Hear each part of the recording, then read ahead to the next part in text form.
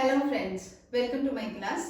आज हम रिवाइज करेंगे हमारा नया chapter death of a partner. इसमें इंपॉर्टेंट टॉपिक्स आपके सिर्फ एक ही बनता है जब हम डिस्ट्रीब्यूट करते हैं प्रॉफिट्स को ऑन द टाइम बेसिस या फिर ऑन द सेल्स बेसिस। ठीक है, बाकी सारे topics that is for goodwill हो गया, revaluation of assets and liabilities हो गया, general reserve, accumulated profit and losses, सारे टॉपिक्स आपके वैसे ही चलेंगे जैसे आपके रिटायरमेंट के केस में चलते हैं। ठीक है, अब जब हम प्रॉफिट्स को डिस्ट्रीब्यूट करते हैं टाइम या सेल्स बेसिस पे, तो एक चीज का ध्यान रखना है कि अगर कॉन्टिन्यूइंग पार्टनर्स की प्रॉफिट शेयरिंग रेशियो चेंज नहीं कर रही है, तब उस केस में हम एंट्री डालेंगे profit and loss suspense account debited to deceased partner capital account.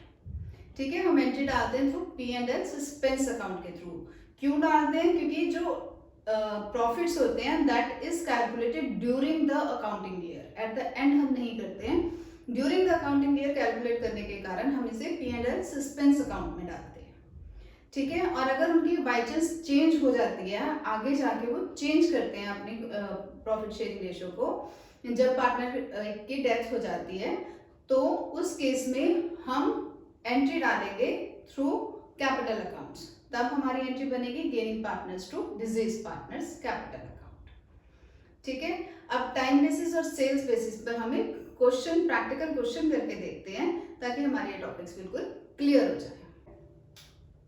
Ram, Manohar and परम 3 पार्टनर्स थे, जिसमें परम की डेथ हो जाती है 29 फेब को, और इसका counting year on the basis of profits हम कैलकुलेट करेंगे on the basis of average of the 3 completed years. Profits हमें दे रखे हैं और कहते हैं calculate params share of profit till the death when the profit sharing ratio of the remaining partners does not change, या फिर उनकी remaining partners की profit sharing ratio change कर जाती है।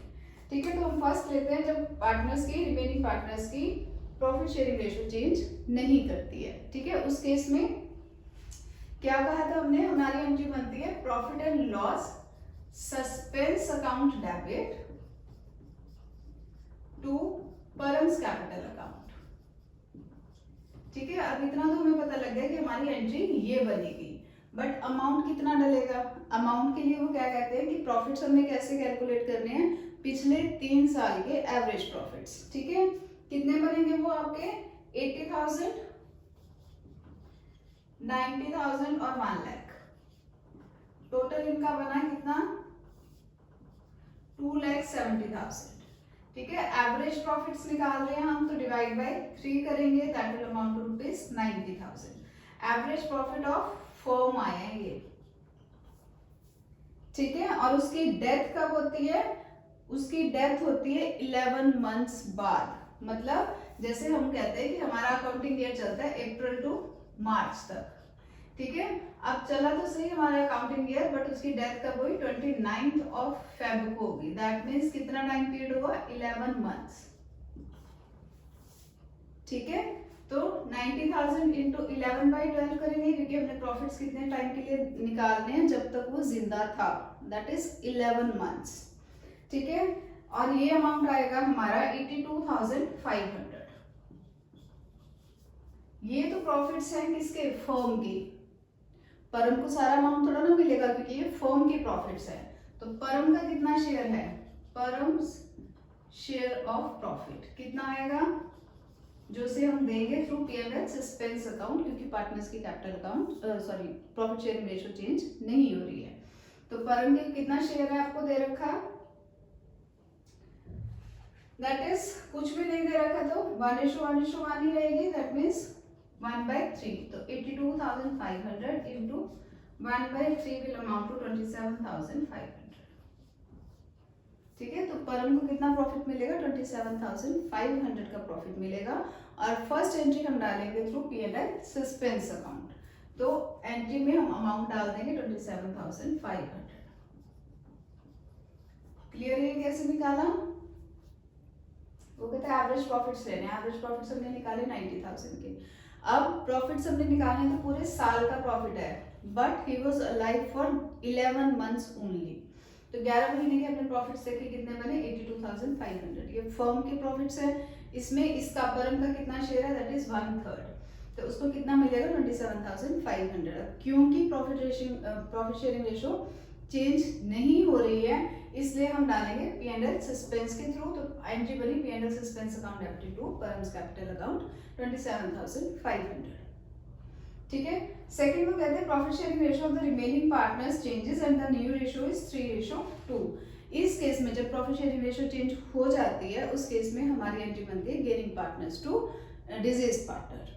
ठीक है। एंट्री हमें मालूम है तो एंट्री डाल लें, अमाउंट भी हमें मालूम है, बट हमें क्या निकालना पड़ेगा, हमें निकालना पड़ेगा गेनिंग रेशियो। ठीक है। गेनिंग रेशियो क्या है, फॉर्मूला क्या होता है गेनिंग रेशियो का, पहले हम एंट्री लिख लेते हैं। एंट्री क्या बनेगी हमारी, पर वो भी एंट्री के लिए जगह छोड़ रहे हैं, गेनिंग रेशियो निकाल लेते हैं। ठीक है। गेनिंग रेशियो होती है हमारी new ratio minus old ratio.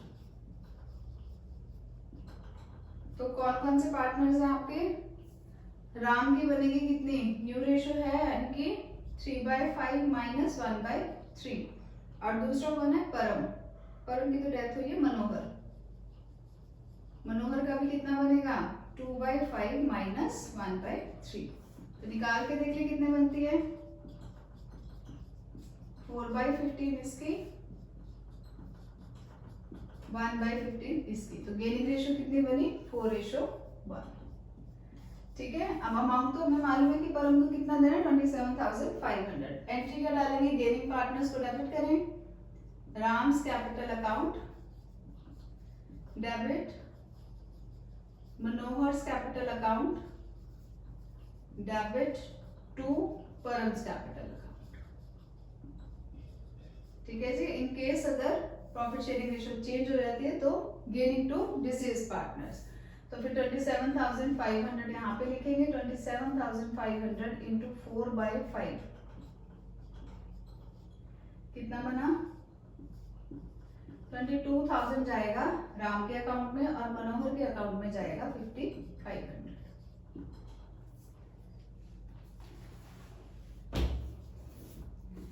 Clear है ये। अगर तो वो कहते हैं कि प्रॉफिट शेयरिंग रेशियो जो है वो चेंज हो जाती है तब हम gaining partner to deceased partner, और अगर नहीं होती तो हम P&L सस्पेंस अकाउंट के थ्रू इसकी एंट्री डालते हैं। ये तो होता है टाइम बेसिस, जबकि हाँ जब हम टाइम भी देखते हैं कितने टाइम पीरियड के लिए वो पार्टनर जिंदा था, उतने टाइम पीरियड के लिए हम प्रॉफिट्स कैलकुलेट करते हैं। ठीक है। सेल्स बेसिस में हम क्या करते हैं, हम सेल्स देखते हैं कि उतने टाइम तक कंपनी को कितनी सेल्स हुई थी और उन सेल्स पे कितना प्रॉफिट था। ठीक है। प्रैक्टिकल क्वेश्चन करते हैं सेल्स बेसिस पे तो ये बहुत ज्यादा क्लियर हो जाएगा। सेल्स बेसिस में डिसीज पार्टनर का शेयर निकालने के लिए हमारा फॉर्मूला यूज होता है last year's profit upon last year sales into sales till the date of death into profit share.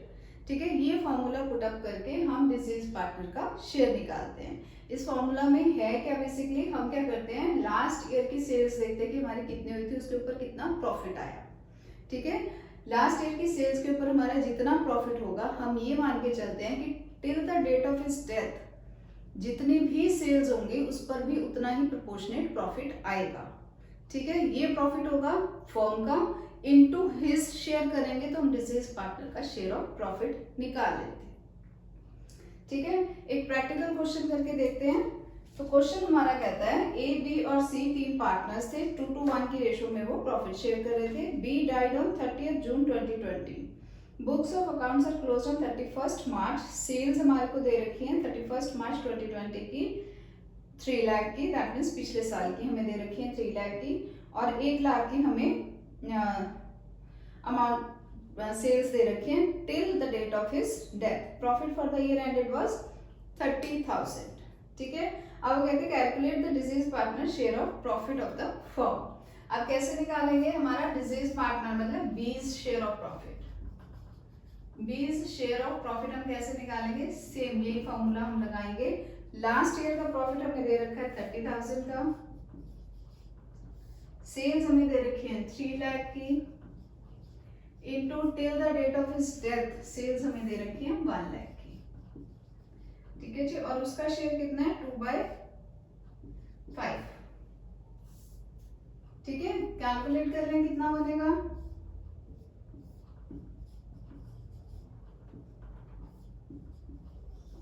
That will be 4,000।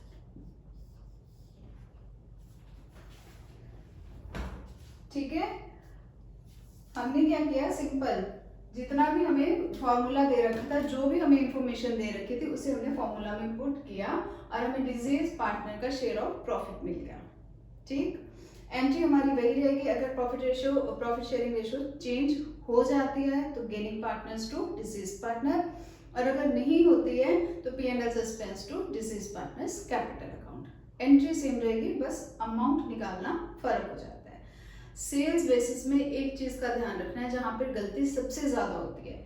Sales basis में भी आप लोग टाइम बेसिस के लिए, जैसे इन्होंने दे रखा है 30 जून को उसकी डेथ हुई है, तो अप्रैल मई जून 3 महीने भी लगाने शुरू कर देते हो।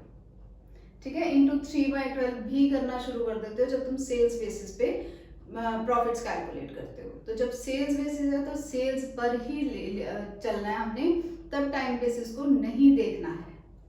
ठीक है, अगर यहाँ पे टाइम बेसिस का फॉर्मूला भी पुटअप कर दिया तो क्वेश्चन गलत है, तो आपके प्रॉफिट्स ठीक नहीं निकलेंगे। इस चीज का जरूर ध्यान रखना है। होप आपको ये टॉपिक समझ आया होगा। If you like my video please do like, share and subscribe. Thank you.